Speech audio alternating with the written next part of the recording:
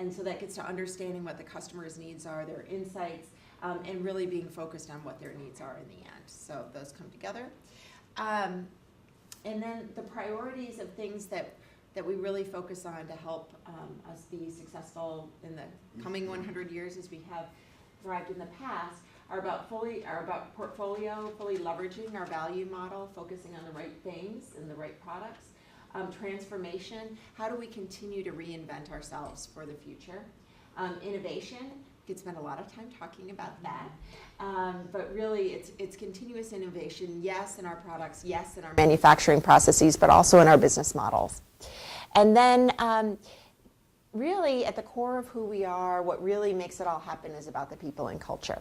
So as you are pursuing your degrees and thinking about what you might want to do next, it's really important to think about the pieces that make an employer work. So in this case, a corporation, what makes them work? What is the culture? Those kinds of things are really important as you consider the future.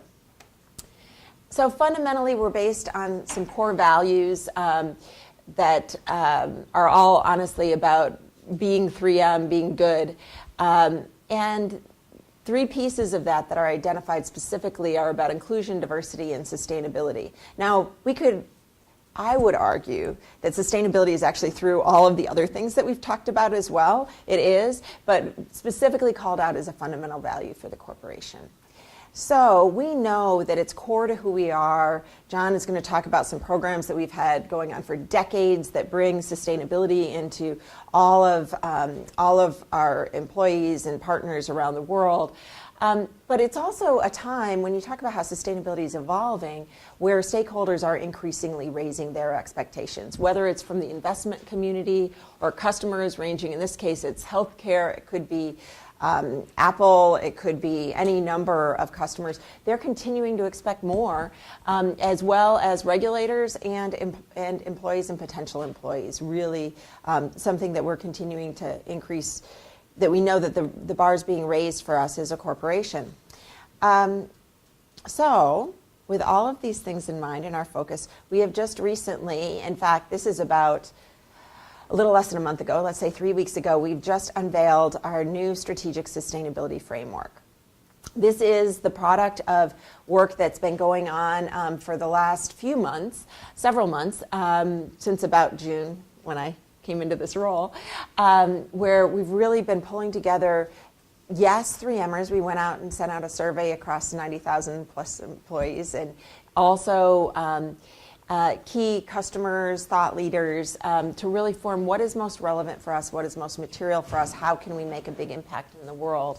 And that gets to our ambition being around applying science to improve every life. We have that unique technical scientific know-how and background. And then we identified three key areas where that's most relevant and impactful for us. It's around science for circular, where we design solutions that do more with less material, advancing a global circular economy. It's about science for climate, innovating to decarbonize industry, accelerate global climate solutions, and improve our environmental footprint. And about science for community, where we create a more positive world through science and inspire people to join us. We'll talk a little bit more about those in a moment. Generally, those are areas that can raise some questions. Since Professor Smith referred to an announcement we made last week we were at the COP24, the Congress of the Parties for the UN Climate Change Conference, and we brought forward an announcement which is all part of the framework that we've discussed, the reinvention around sustainability, but we have announced that 100% every new product that we launch will have a sustainability value commitment. We're bringing this into anything that enters our new product process starting in 2019. So, really important for us. And it's not that we're starting with no place. We certainly have some great examples, and I'll tell you about some in a moment, where we do incorporate sustainability right from the very beginning. But what we're finding is that this brings the conversations, this brings everyone into the conversation, whether you're from marketing or manufacturing or R&D or wherever, brings in right from the beginning is what is our sustainability value commitment going to be? How are we going to advance? So, circular, I'll tell you that once we started talking about circular, I had some really fascinating discussions, including with our corporate scientists, including with some of our senior business leaders, and they really questioned the word circular. this idea of a circular economy where nothing's going to waste. The waste from one process goes into another as a raw material. That's really the word that's being used externally and resonating really well, and that's a big focus for us. So some key examples we have here are about having zero waste to landfill in our manufacturing sites. They're about our scouring solutions. Nobody mentioned Scotch-Brite as their favorite. You know, it doesn't happen very often that people say, Scotch-Brite's my favorite, I love washing dishes. It just doesn't usually happen.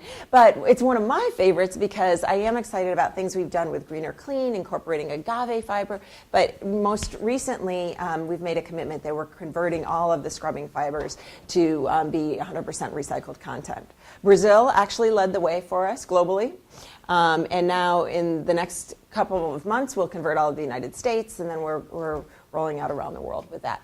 Lightweighting to improve fuel efficiency in vehicles. You probably don't even know if you have a lighter weight bumper in your car. It may be because there's glass bubbles inside it. And we're working on more of the goals, and I'll let John have a chance to talk about those. Climate is really the core of the second pillar. I mentioned we just got back from the climate conference. We do a lot of things that are kind of more hidden to help our customers address climate. We are doing it on our own as well. We're now at a point where I think a bit over 30% of our electricity is coming from renewable energy. We also provide energy-saving window films to help improve the efficiency of buildings. And most recently, we're really excited about one of the businesses we've been in for a long time is roofing granules for asphalt roof shingles. We've now introduced some that are super cool. They interact with the smog in the air to help remove the toxic pollution that's in the air, so that we're moving forward with that. And we've created some more reflective solutions, so there's actually helps reduce the urban heat island effects. So some cool things going on there. Then last but definitely not least is about the science for community. We know that the world is changing fast, that a scientific background is more and more important going forward for ourselves, for our own employees, but also for the broader greater good of the world, that people need to be able to address these challenges using science. So we're actively engaged on science advocacy. We recently launched a global survey about the state of science that we're connecting and people around the world. We have quite a few products, whole business groups that address worker health and safety. And we work with groups like World Skills. I don't know if a PhD program at the University of Minnesota is one extreme. World Skills is about helping the young people who are going into careers in welding or carpentry or things like that, helping them make sure that they're getting advanced skills. So we work in a global organization around that. So lots going on in those spaces, but started from pretty humble roots. And I'm going to let John tell you a little bit more about that. Okay. So I'm going to cover a few slides. How did we get to where we are, and how are we going to actually get where we're going? So my role is to take all the great ideas that we as a company have, and specifically Gayle in her leadership role for the corporation as a whole, and how do we turn it into reality, right? And I guess the key part I want you to appreciate is this is something we've been doing for a long time. So it feels very natural inside the company. It's much more taking a next step. It's not as if we're thinking of sustainability for the first time or really fundamentally changing the way the company operates for better. So that's what I'd like you to appreciate. This is a picture from northern Minnesota. Gayle already mentioned the company was actually founded in Two Harbors. Has anybody been to the 3M Museum in Two Harbors? Couple right. People. Okay, well, awesome. So I still haven't been there, so you'll have to tell me about the great exhibits that they have in Two Harbors. Do you know why the company was founded in Two Harbors? Going deep on 3M history here.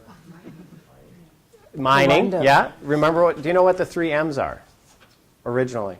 It's right on the slide here. Yeah. Give it away. All right, so how many of those M's are still left in the company's operations? Yeah, manufacturing very solidly. You saw that in the fundamental strength slide that Gayle showed. We do have some mining operations, but I would say, in fairness to our IMPD division, it's not as big a part of the company as it once was. And we are a Minnesota-based company. That M is still very much alive and well. So why was it founded there? fundamentally was a mistake. So, anybody a geologist? I happen to be one in a past life, so these are things that are maybe unduly interesting to me. So, they're Split Rock Lighthouse on the North Shore. It's a lighthouse. It's on a high piece of rock. You might think that rock's really solid. It is, in fact. You might make the mistake of thinking it's a mineral, includes a mineral called corundum, which somebody did. They actually mapped it as including this really hard mineral. And then this company was founded in order to mine that really hard mineral and turn it into sandpaper or grinding wheels. It turned out that was a mistake. It wasn't corundum. It was an orthosite, which is also a sort of hard mineral, but not hard enough to be commercially valuable. Why do I mention that?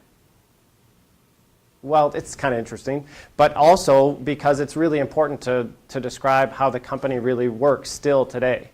It's a place where mistakes are made all the time, and it's a place that's defined by how we respond to those mistakes rather than anything else, right? It's as much about trying things and then responding with the data as you get it. So what do we call that? We call that the McKnight principles. This is one of the people that was involved in the company early on and had an imprint on the company more so, frankly, than any other individual, right?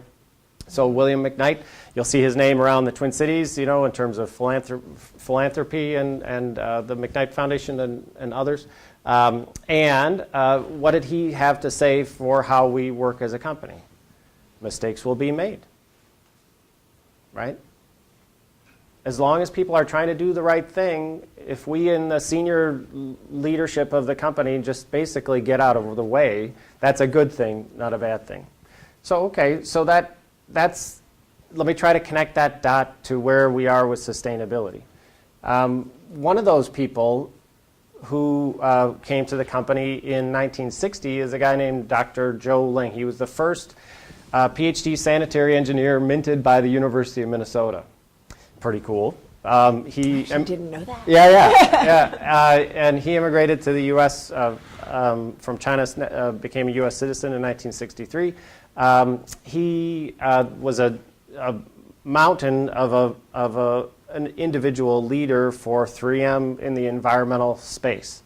And not just 3M. He's also was awarded later, after he retired from 3M, he was awarded by the US EPA an Outstanding Lifetime Achievement Award. I forget the name of the actual award, and I didn't get the right icon on there, but I want you to know that his work at 3M, specifically the concept of 3P, so pollution prevention pays, it sounds kind of, I wouldn't say silly, but it sounds obvious, right? Put your head back in 1960. Put your head back in 1970. Does anybody know when US EPA was founded? Yeah, 71? Yeah, right. So this was an era at the literal dawn of the environmental movement, as people thought about it at the time, think about it at the time.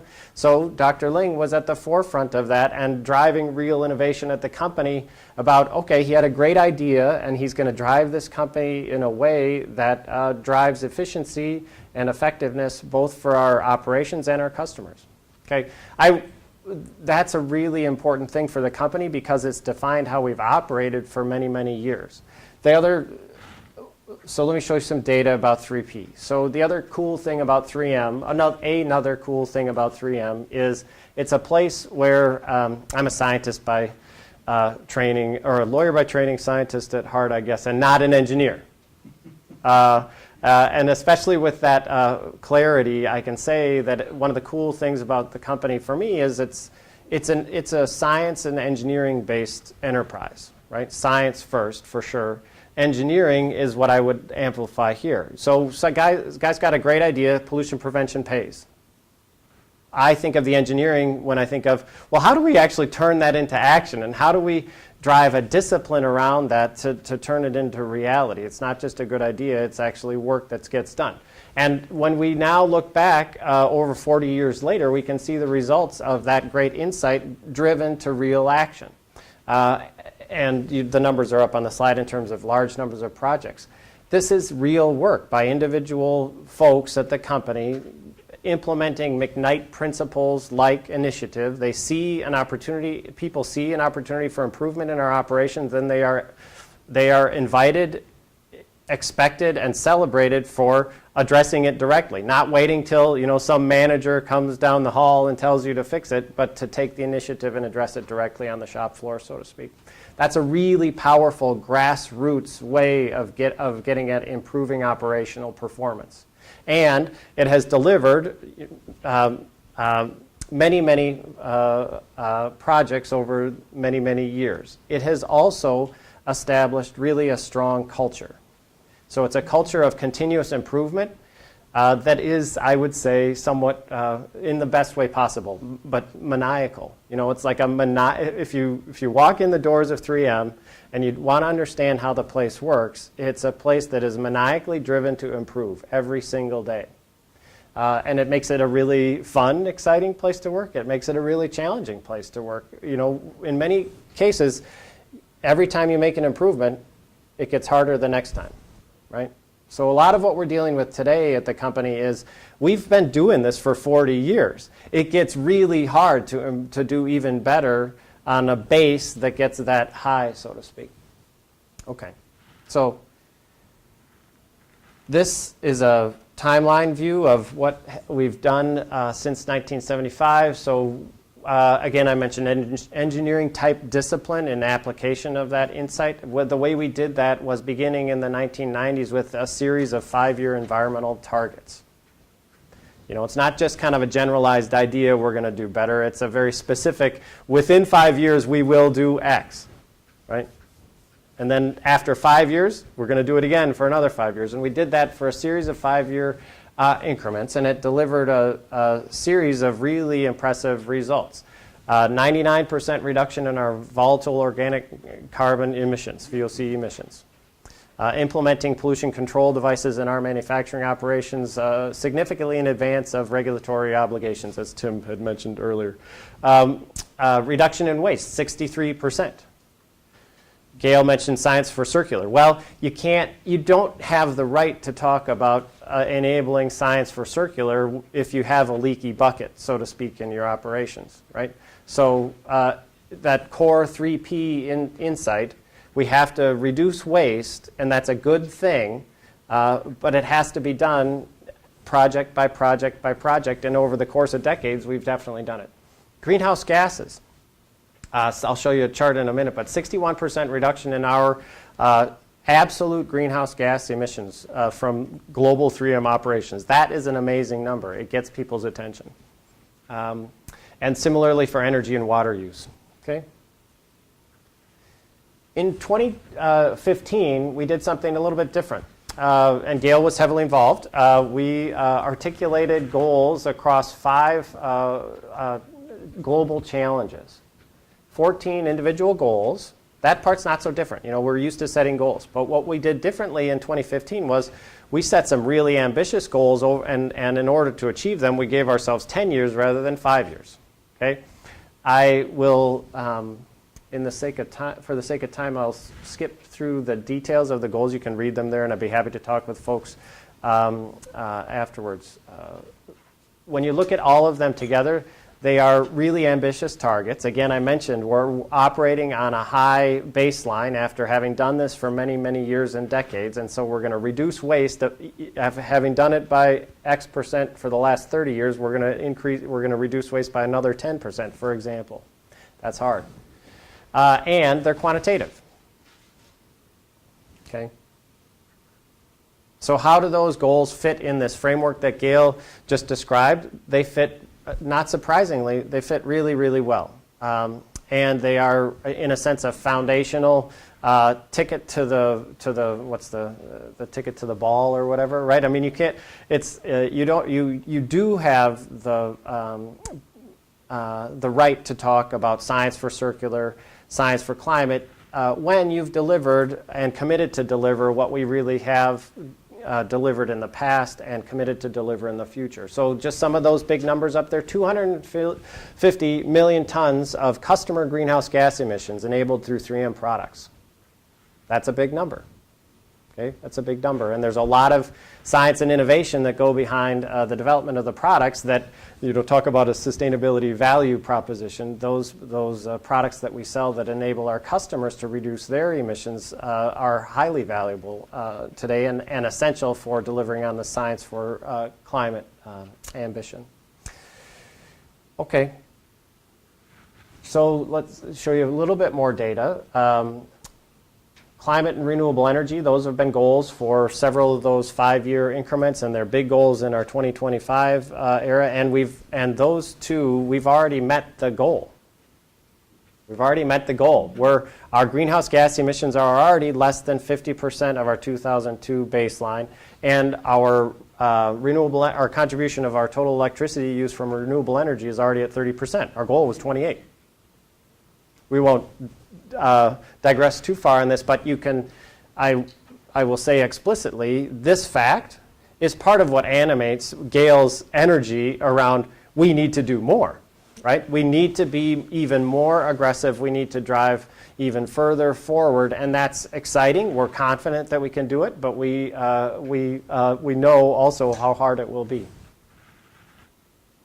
I should mention also here, just for those who are more wonkish on these things, those are Scope 1 and Scope 2 emissions. The details are in our sustainability report. One of those things that's on our radar screen is, okay, how do we deal with Scope 3 emissions in setting science-based targets? And they're absolute. Yep, yeah, they're absolute. That's the important thing. We've been growing the company at that time and hope. Yep, yeah, it's that performance in particular is pretty remarkable. Wastewater and energy efficiency. This is, I will say, candidly, more of a mixed bag where we are here today. We're 3 years into, this is showing results from year-end 2017. We're about to update these numbers for 2018.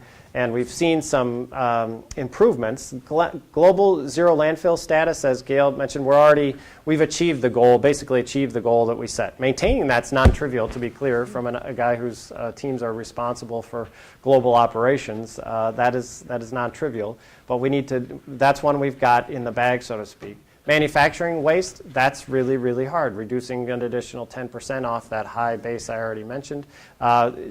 Results I most recently saw, Gayle, were that the waste is, let's say, back on track toward the 10% target, which is great, but lots more work to be done there. Water, that's hard. A 10% reduction in global water use, we're now focusing on, that is going to require bigger projects. Bigger technology-based projects to address water use in our operations. I'm really excited about that, and I'm looking forward to delivering on that goal, but we're recognizing now, 3 years in, that that's going to take a bigger and bigger effort. Similar for energy efficiency. So when I pull back from those things, again, to go back to how do we do things at the company, and to give you some sense for how things really work in a large organization, it's really important to recognize it's at least two different things.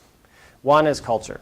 So I belabored the point on the McKnight principles, the Ling foundational vision for environmental stewardship at 3M.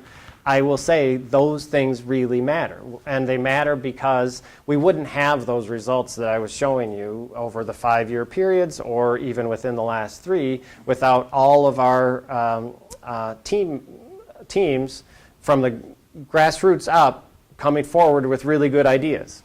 Okay? We're at a place where that is not enough. We're at a place where if we want to drive to entitlement, as we say, the best possible performance in our operations and delivering even more for our customers in sustainability, it has to be through intentional design.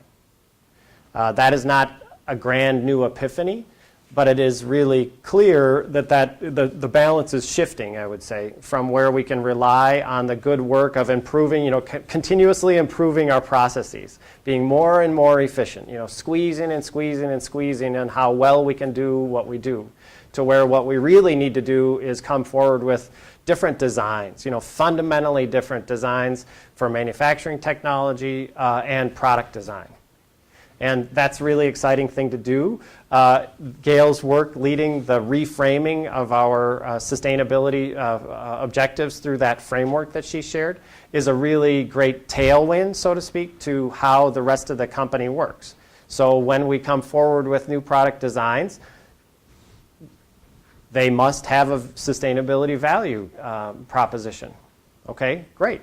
That's going to shift the dynamics in those individual product launches in a meaningful way over the course of the next several years that will allow us to deliver the goals that we've already set and more. When we look back, this is a brag sheet of various recognition that the company has gotten through work in the past. I share it with you just to give you the comfort of that external validation, so to speak. There's an interesting story within each one of these, and I'm really proud to work at a company where this is real. I will say, knowing the details below these, it is real. These are real achievements, and it does make a difference in terms of the culture of the place where you work.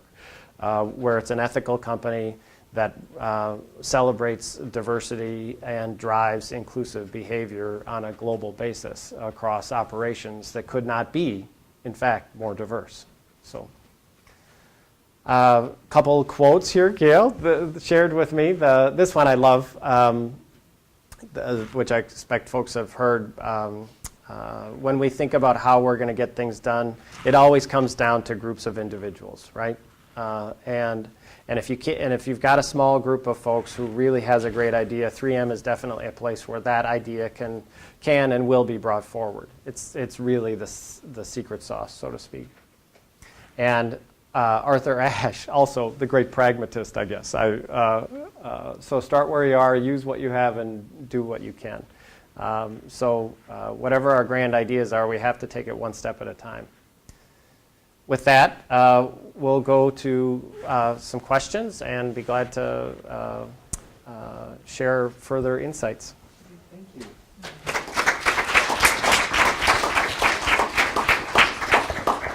I'm going to sort of join you here. First, thank you. That was great. It's I think always a challenge with such a big operation to try to boil down something in 20 minutes to try to figure out sort of like where and what to focus on. And on top of that, I think we're super lucky to have two sides of this coin. I think that there's, and forgive me because I'm going to be very stereotypical here, but if we think about sort of environmental health and safety and regulatory, on one end, where it's like, keep us out of jail. And we think about sustainability oftentimes framed as sort of above compliance. No one's making me do stuff, but I'm going to now respond to some stakeholder pressure or interest or shared values and make strategic investments. Where do those meet?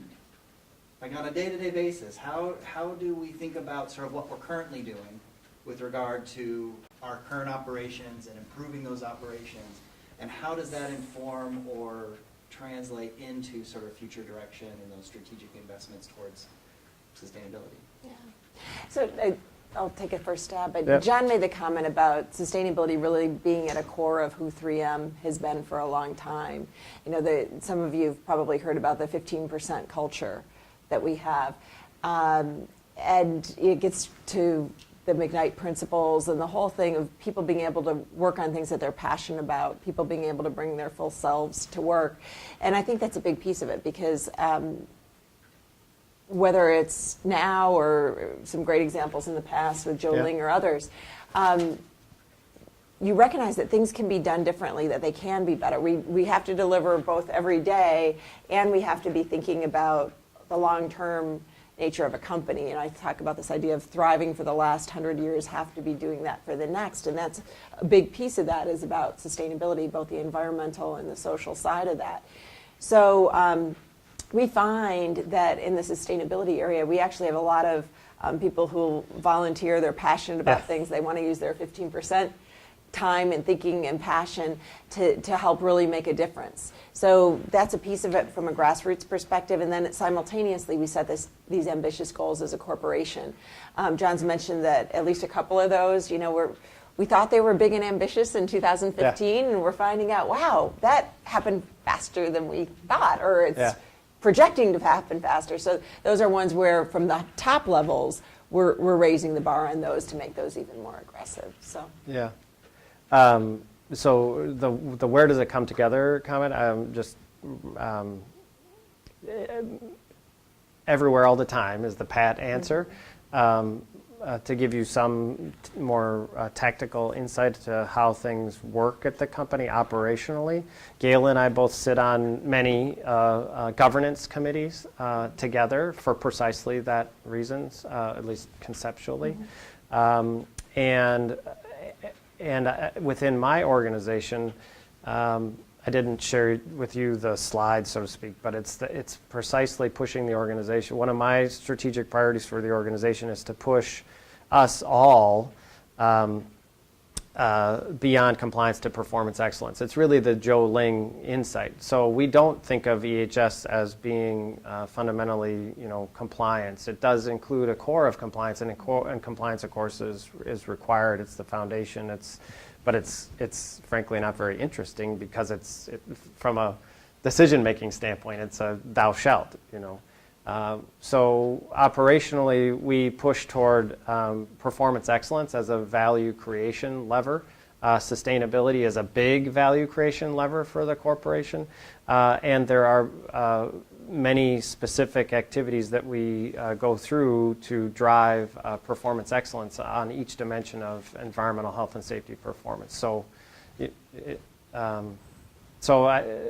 it comes together so often that there's value actually in pulling it apart, is what I've found, because people tend to forget that it's something different.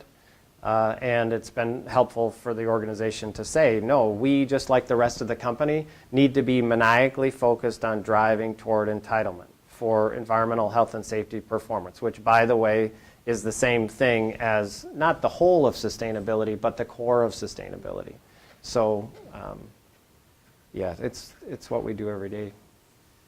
When I think that's what was so exciting about the announcement last week, is that early in this series, one of the speakers gave their talk, and we were speaking afterwards, and I sort of got on my high horse. It was like, companies have to do more, all the same kinds of stuff. They were talking about more. And she's like, well, what do you really want companies to do? It's like, what do you want them to do they're not already doing? And it kind of caught me off guard, and it basically came back to a couple days later. I'm like, I just want them to spend more money. I want to spend more money focused on sustainability. And I think what's super exciting is if you take your $30 billion in sales and your 6% to new product development, now we're talking about $1.8 billion a year that are supposed to have some connection to sustainability. So from that perspective, could you elaborate a little bit more on what is this commitment to sustainability that happens at this new product level? How do you determine whether what you're creating has that kind of impact? How are you thinking about that? So, kind of like the Margaret Mead example, the way new products start is there's a small group of people. Typically, there's a bit of a direction that's set of we need to introduce something that's new to replace product X, or we've talked with a customer and there's this great new idea, we're going to go after that. They also come up through that 15% culture as well. There's a small group of individuals who is not sanctioned by management who comes up with this idea of this is what we should really launch, and that builds momentum in its own right. And sooner or later, if it's going to be launched, it gets approved by management and becomes great there. But in those early stages with this goal, what that means is a lot of those actually naturally start with a sustainability value commitment in them, or a sustainability value proposition in them, is that there's this value that's going to come to us for our customer or for 3M because it reduces our waste. That's the design piece. Or it helps our customer have a more energy efficient vehicle or something like that. So that we've been doing that part for a long time. But what is happening now is people are preparing for this commitment is that it has to be in that first discussion. So a lot of the groups, it's already happening. They just need to make sure to identify it and document. But for those where it hasn't been happening, it's forcing a discussion that hasn't. And John talked about making things real, and I would say making things real at scale. Yeah. Because very often in the laboratories are where you prove that it can work, but it can work 1, 10, 100 times. Once you start, it has to work to the number of Post-it notes we make. Well, okay, that's a lot more. Yeah. And what's happening with this is about a third of our sales, so $10 billion a year, come from products launched in the last 5 years. And so by requiring that every new product has this sustainability value commitment, that's a commitment that each time something's launched, it has to be better than that previous baseline, either in our own operations or what it does with the customers, or maybe redefining a whole business process. So it will transform the entire company, and through our reach with customers and with suppliers, it's far bigger than that. Yeah, and again, just mechanically how these things work at the company, to give you some sense for that. So it's not a new idea at 3M that we have a systematic way of launching products. So I don't know if you study these sorts of things in your classes or not, but at 3M, it's a new product introduction process. And so making sure within that framework, we systematically review every product launch to make true what Gayle said. It just becomes, they call it a gate review in the process. So you can't advance toward commercialization if you haven't passed that gate. And it is what Gayle said. So it will be a firm commitment. The actual implementation, Tim, to your question, that will take the creativity of many thousands to make it real. One of those pieces that's exciting to me from the operational side is, so you saw zero landfill goals, you saw waste reduction goals, you saw energy reduction goals, and I mentioned offhandedly, well, we're at that stage where we really have to get after design. Through this, we will and we must. So we can't achieve the sorts of goals we have stated and expect to state for energy improvements, for waste reduction, without an intentional design element. And it will be different, to launch products with an eye toward manufacturability. It doesn't sound very appealing or exciting, but if your job is to improve the efficiency and effectiveness from a sustainability standpoint in a manufacturing location, it is very exciting to think of having that room full of PhDs back in St. Paul, research labs, actually designing the product in a way that will be easy to manufacture, and it'll come as part of the package. It's already designed for zero waste. Offhand comment that I thought was good from a senior executive was, we're going over 3P results and this, that, and the other thing, and the offhand comment was, well, like, if 3P is true, then why do we still have 3P? Like, if pollution prevention pays, why do we still have these projects? So this design focus for sustainability it is our bridge toward, we won't have the sort of traditional 3P project opportunities anymore. There won't be things to clean up, so to speak, after the fact in operations. It'll come as a more fulsome design intent. That's what I'm excited about. Well, and just one last follow-up, and then we can open up to broader questions, because I think this really does sort of get to my initial question, too, about this idea of how you manage your existing operations versus how you create new ones.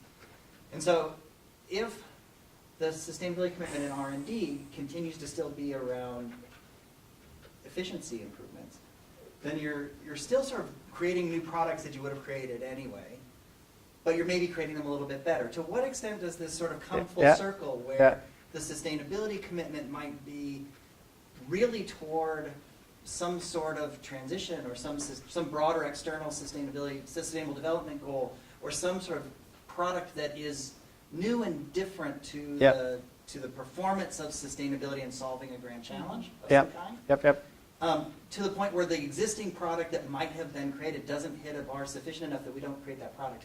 Where do you see this sort of coming full circle, I guess? So I used a couple of the examples in the talk already. I mean, we're not starting from zero base on this, but I like the example of, we've made roofing granules for decades, since like the 1930s. But somebody started thinking, well, wait a second, what are the problems we're facing in the world? Instead of just making it a color that people prefer, what if we made it more reflective to help address this urban heat island issue? That's a really creative, different way of thinking about it. And roofs, almost by nature, tend to be closer together. I mean, they tend to be in urban areas, just statistically, right? So that actually is something that will probably transform that whole business. Why would you go back to making ones that don't help reduce the urban heat island thing? Or if you're doing that, how about the smog reducing piece of it? Just because there might be, so we're in big discussions with Los Angeles and the state of California right now. I don't know that they're going to put any roofs in that don't have some advantages that way. The situation's pretty significant. So, and we have similar things. I mentioned lightweighting vehicles, things that help enable batteries in vehicles. What if automotive electrification? Will that shift over completely? There's a lot of rationale that might suggest that internal combustion cars aren't going to be on the road in 50 or 60 years. So will these product goals and commitments in the new product development cycle also roll up into the corporate commitment objectives? How do Yes. you have those Yes. mapped out? Or?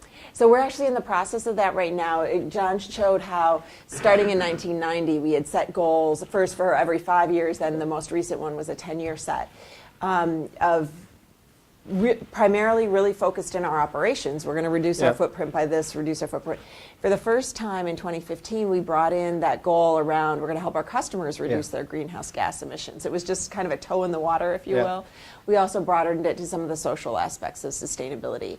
And so we are in the process. This new product goal is the first one we've gone public with, mostly because we're figuring out what the other one should be. Yeah. We have a lot of discussions going on, but we haven't set on numbers and dates quite yet. But we envision that we're going to be rolling a lot more out, and so there'll be more to come. Yeah, don't get the wrong impression of my excitement around the operational benefits. It's all of the above. Absolutely, with maybe, net emphasis actually on the customer-enabled performance features. That's the part that is a real flywheel for everybody. Yeah. Well, and I do think it's really exciting to pull sustainability out Yeah. of the sort of back room of a handful of people that serve as internal Yeah. consultants to the organization and bringing it forward to your key strength of innovation. I think what's even more exciting is to start thinking about how companies might move from those kinds of investments to their organizational goals and targets, to the broader sort of external commitments, whether they be science-based emissions targets or whether they be sustainable development kinds of goals, kinds of things, externally driven. The problem's bigger than us. Right. We realize that, but we're building our programs in order to be able to address those broader challenges. And I think what's exciting here is that this is the first time I've heard that more direct sort of addressing how you would address that early on in exactly who you are as an organization, which is super cool. So with that, I think we should probably open to some questions. Yeah. And I don't think I even have this turned on, so I don't know if we should do this. We should. It's turned on now. It's turned on. Now it's turned on. Okay. Well, I would like to just build on this conversation they're having and maybe push a little bit further. Yeah. So if I understand, Tim, what you were suggesting, that it's one very important thing to say, here's what we do, and we want to do better, and we want to have our footprint be smaller. We want our products to be designed with better manufacturing processes so that they are more sustainable and more environmentally responsible.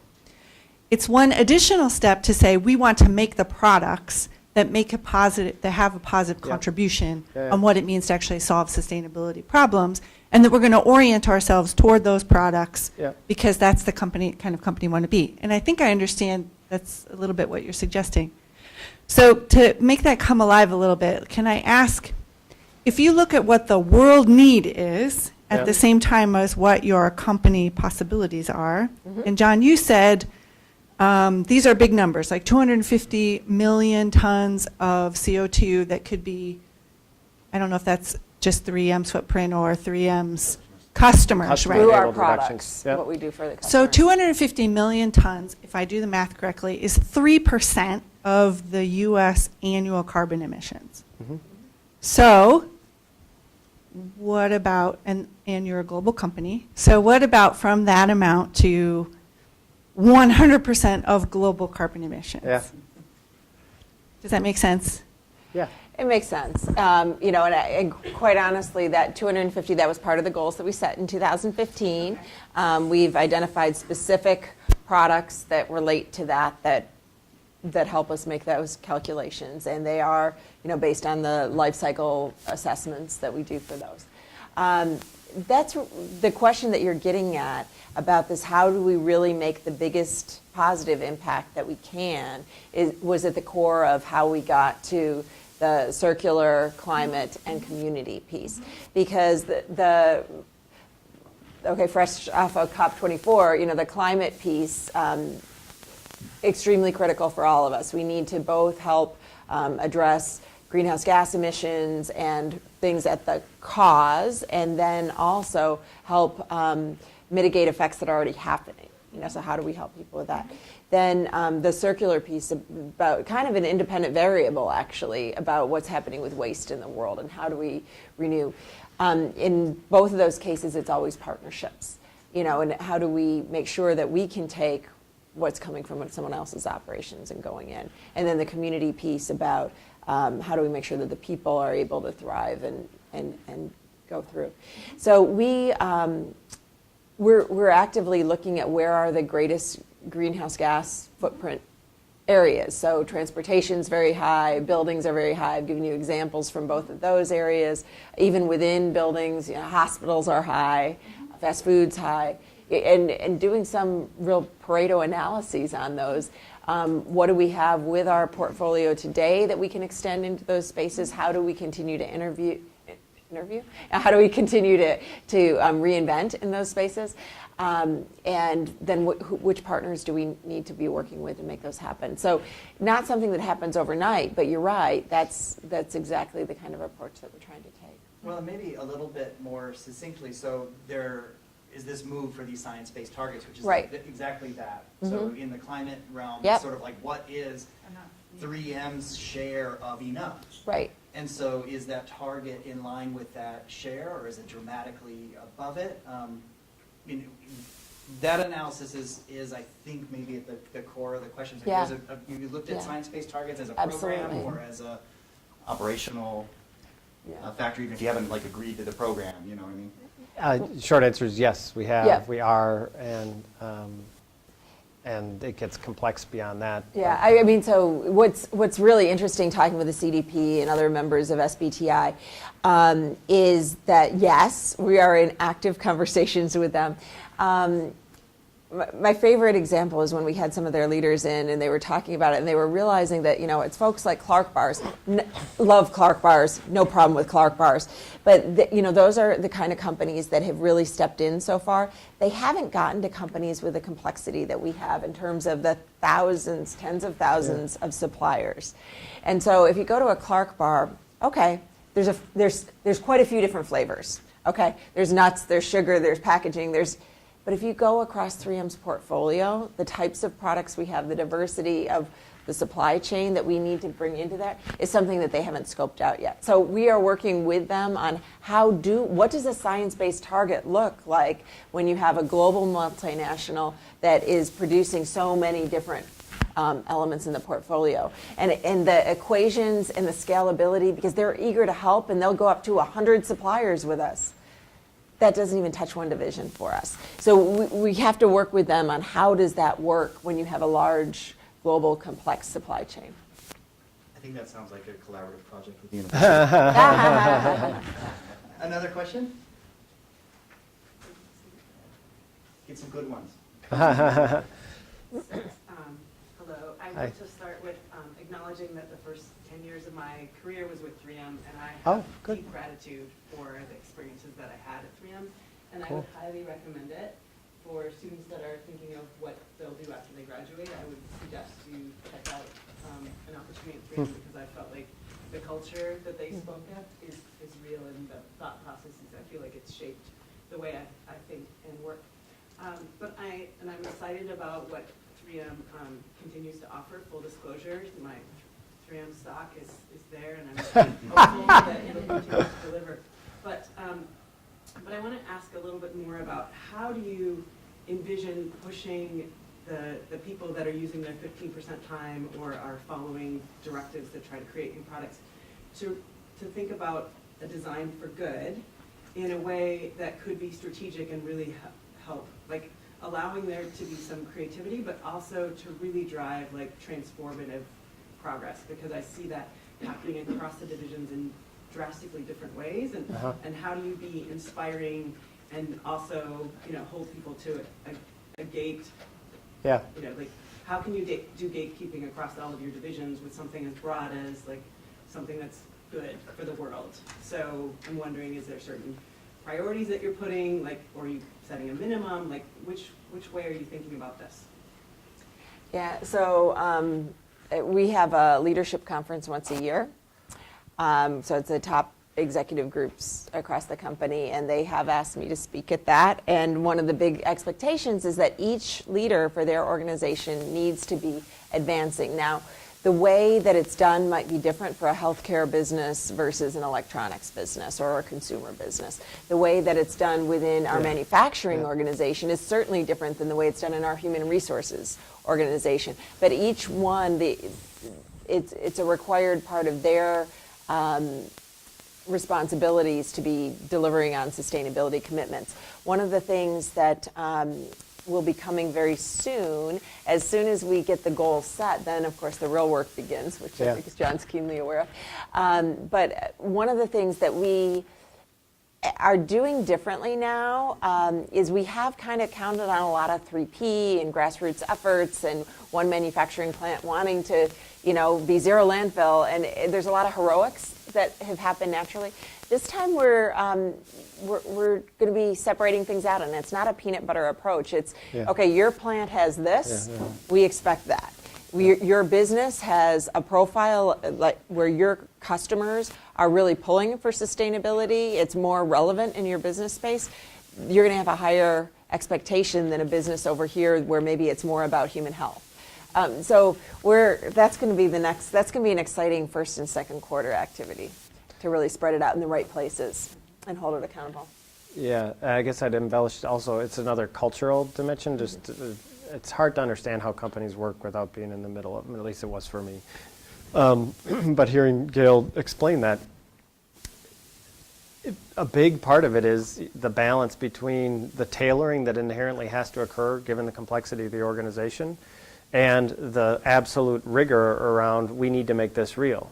So the way we do that is exactly what Gayle described. We will cascade that down through leadership.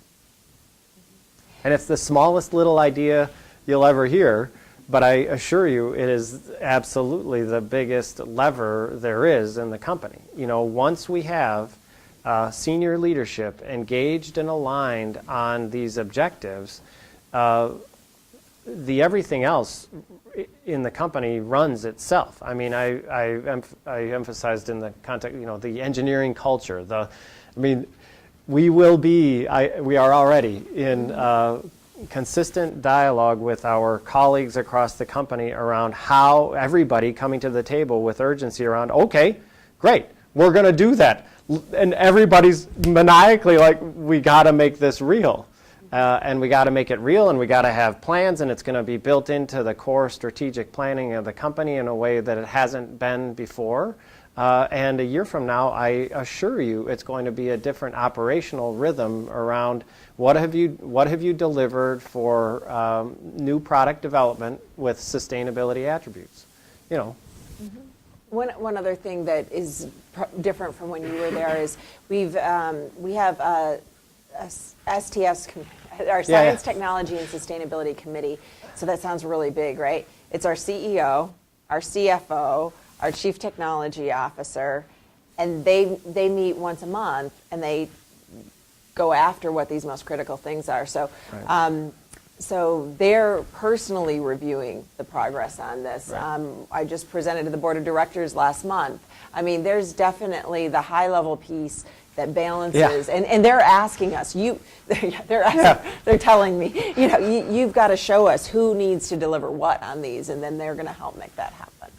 Do you know if there are compensation metrics associated with sustainability at those levels? It's built into our leadership behaviors and the innovation piece. There's definitely discussion about, should we be doing more on that? But that's part of the goals that we're working through right now.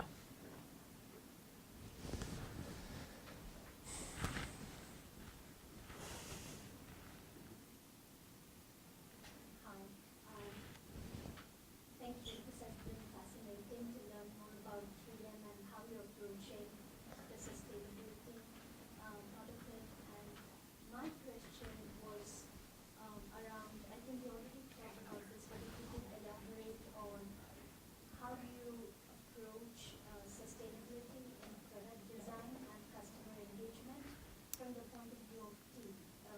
For example, how it is built into the stage 8 and which teams come together to discuss the sustainability part of it in the new product introduction. Great.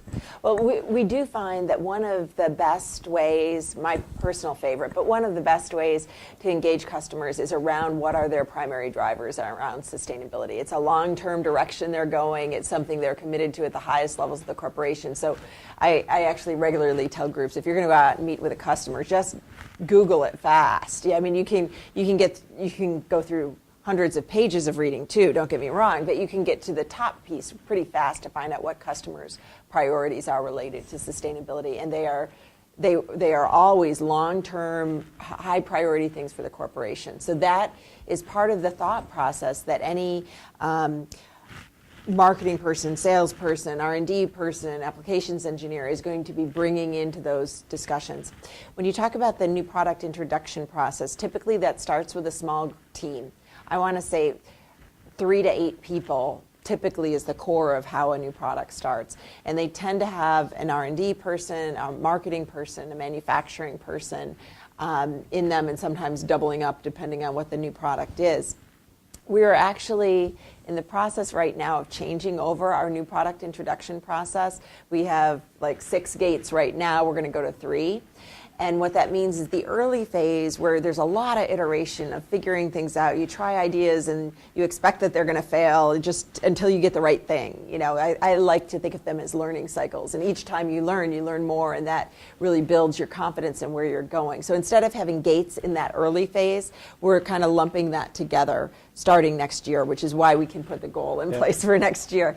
And so at that gate, at what's called the discovery gate, there will need to be a commitment around what is the value going to be from a sustainability perspective. Okay, and we've always had life cycle management as a piece that needs to be done, but this sustainability value commitment, looking at it from both our operational perspective and what it does for customers, what it does for potentially much broader transforming the world, it will have to be something right in that discovery phase.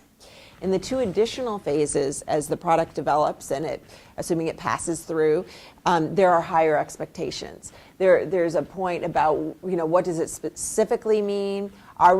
Is this going to be something we're going to put in advertising, or is it going to be just something that we do and have on our records? Those are things that will happen in the later phases. Yeah, and operationally, again, I think success is when every voice in that discussion comes with the sustainability lens, right? So it's not as if we do have sustainability directors within our business groups, so they're very senior leaders in the company. And so it is a thing, but it's not as if they're the one voice for sustainability. Right. That would be not successful. Yeah, I mean, we really do expect that every person in the company has a role in sustainability. The one that the janitorial staff has may be different from the CEOs, or different from a new product developer versus a marketer versus a manufacturing person. But it's really a team sport. Yeah. Yeah. Another question? It seems pretty common across just a lot of large corporations, across all industries in general, that they've set these sustainable goals, these big sustainable goals, starting 2005, 2010. Like you guys said, yours, some of them happened in 2015. And it's been like a common theme that they've already surpassed a lot of these large goals. So now it's been kind of, it seems as if they've just plateaued in terms of maintaining the goals. And now, like John, you said, there's a difference between maintaining and then setting even larger goals. But it seems like it'll be kind of a lot bigger of a challenge to reach further goals after hitting these massive goals already. So I guess I'm just kind of wondering how you plan on overcoming this plateau or going past maintaining and trying to reach bigger goals.